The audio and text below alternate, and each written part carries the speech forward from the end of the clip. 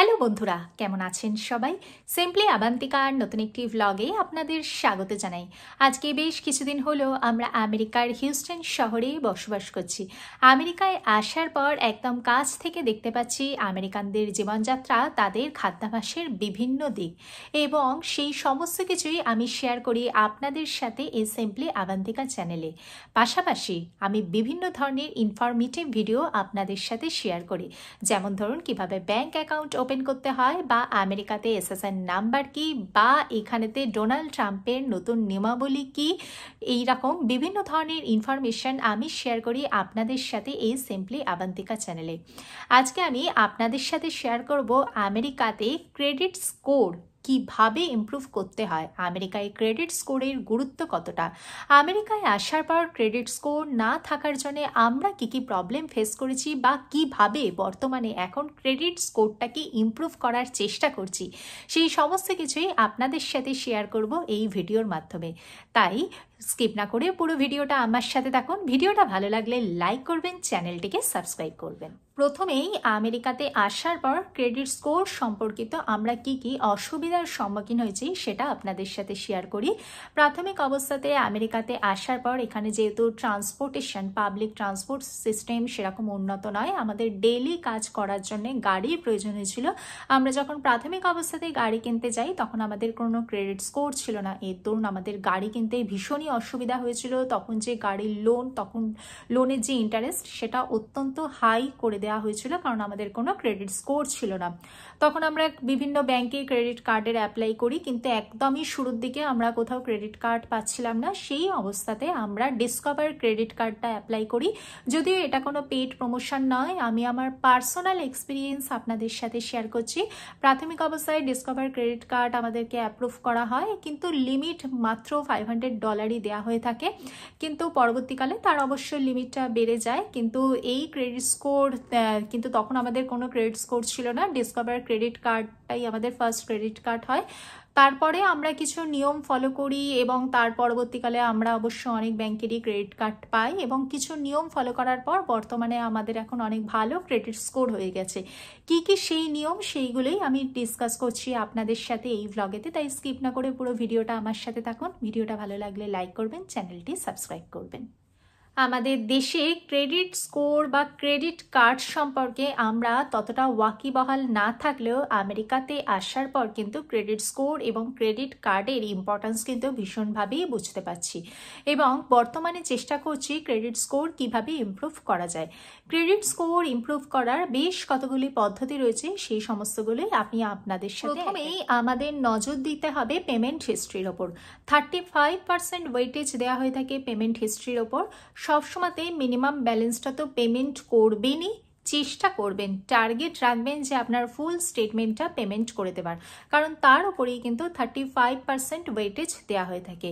অনেক ক্রেডিট কার্ডে এরকম অপশান থাকে, অটো পে অপশান থাকে। সেই অপশান যদি আপনি সিলেক্ট করে রাখেন তাহলে কিন্তু অটোমেটিক্যালি আপনার কিন্তু পেমেন্টটা হয়ে থাকবে। তাতে কিন্তু আপনার ক্রেডিট স্কোরটাই কিন্তু পরবর্তীকালে ইমপ্রুভ হয়ে যাবে। নেক্সট যে পয়েন্টের কথা বলবো সেটি হলো amount of outstanding. Amount of আউটস্ট্যান্ডিংয়ের ওপর আপনার কিন্তু 30% ওয়েটেজ দেওয়া হয়ে থাকে। এই ক্ষেত্রে একটি ফর্মুলার সাহায্য নেব, outstanding amount divided by credit limit. আপনি যদি এই পয়েন্টটা ফলো করেন তার উপরেও কিন্তু আপনার 30% ওয়েটেজ ডিপেন্ড করে থাকবে। নাম্বার 3তে যে পয়েন্টের কথা বলবো সেটি হলো লেন্থ অফ ক্রেডিট হিস্ট্রি। তার উপরেও কিন্তু আপনার 15% ওয়েটেজ দেওয়া হয়ে থাকে। এক্ষেত্রে age of all cards divided by number of cards, এই ফর্মুলাটা যদি আপনি ফলো করে থাকেন তার উপরেও কিন্তু আপনার 15% ওয়েটেজ ডিপেন্ড করে। নাম্বার 4 যে পয়েন্টের কথা বলবো সেটি হলো অ্যামাউন্ট অফ নিউ ক্রেডিট। আপনি নতুন যদি কোনো ক্রেডিট কার্ড নিয়ে থাকেন সেক্ষেত্রে প্রাথমিক অবস্থায় হয়তো আপনার ক্রেডিট স্কোর 10% ডাউন হবে, কিন্তু পরবর্তীকালে কিন্তু আবার আপ হয়ে থাকবে যদি আপনি প্রিভিয়াস সমস্ত নিয়ম ফলো করে থাকেন। তাই নাম্বার অফ নিউ ক্রেডিটের উপরেও কিন্তু আপনার একটু ক্রেডিট স্কোরটা ডিপেন্ড করে। নেক্সট আসছে আসছে ক্রেডিট মিক্স, আপনি কি কি ধরনের ক্রেডিট করেছেন। যেরকম ধরুন আজকে যদি আপনি কোনো বাড়ি কেনেন তাহলে মর্টগেজ লোন, যদি আপনি গাড়ি কেনেন অটো লোন, এরকম আপনি কি কি টাইপের নতুন নতুন ক্রেডিট করেছেন তার উপরেও কিন্তু আপনার এই ওয়েটেজটা 10% ডিপেন্ড করে থাকে। এই রকম বিভিন্ন কারণেই কিন্তু আপনার ক্রেডিট স্কোরটা আপ ডাউন করে থাকে, সেই ব্যাপারগুলো একটু মাথায় রাখবেন। প্রাথমিক অবস্থায় হয়তো আমাদের ক্রেডিট স্কোর তেমন ভালো নাও থাকতে পারে, কিন্তু আমরা যদি এই সমস্ত নিয়মগুলো ফলো করি তাহলে কিন্তু কিছুদিনের মধ্যেই আমাদের ক্রেডিট স্কোর কিন্তু ভালো হতে বাধ্যই থাকবে।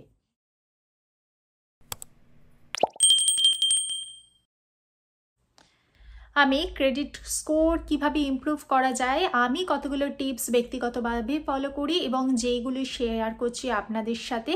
কিছু কিছু ব্যাংকের কার্ডেতে অটো পে অপশানটা থাকছে, সেই অপশানটা আপনারা যদি অ্যাক্টিভেট করে রাখেন তাহলে কিন্তু আপনাদের সুবিধা হয়ে থাকবে।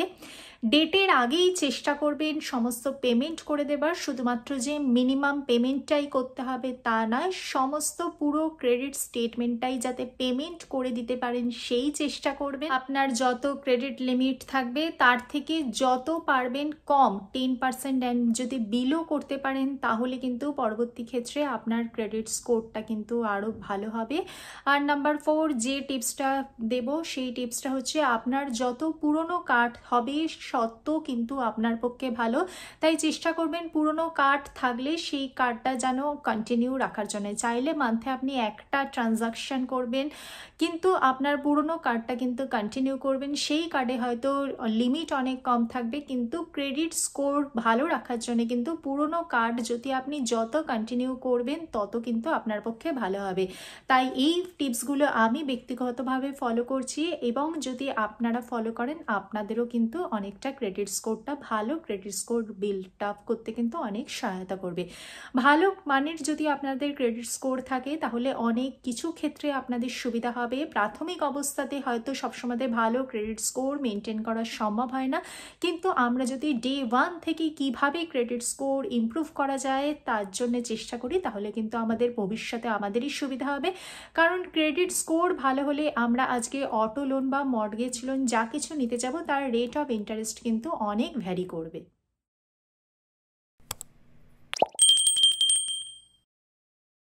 ক্রেডিট স্কোর সাধারণত 300 থেকে 780-র মধ্যে ভ্যারি করে থাকে।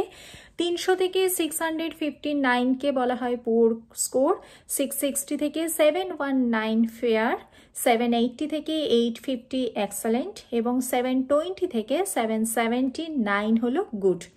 যদি আপনি গুড টার্গেট করে ক্রেডিট স্কোর রাখার চেষ্টা করেন তাহলে কিন্তু ভবিষ্যৎ জীবনে আপনারই কিন্তু ফিনান্সিয়াল কন্ডিশন অনেকটা বেটার হতে কিন্তু বাধ্য।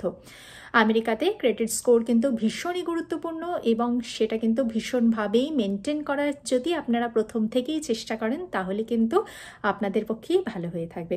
ভিডিওটা ভালো লাগলে লাইক করবেন, চ্যানেলটিকে সাবস্ক্রাইব করবেন। দেখা হচ্ছে পরবর্তী ভিডিওতে। ভালো থাকবেন, সুস্থ থাকবেন। নমস্কার।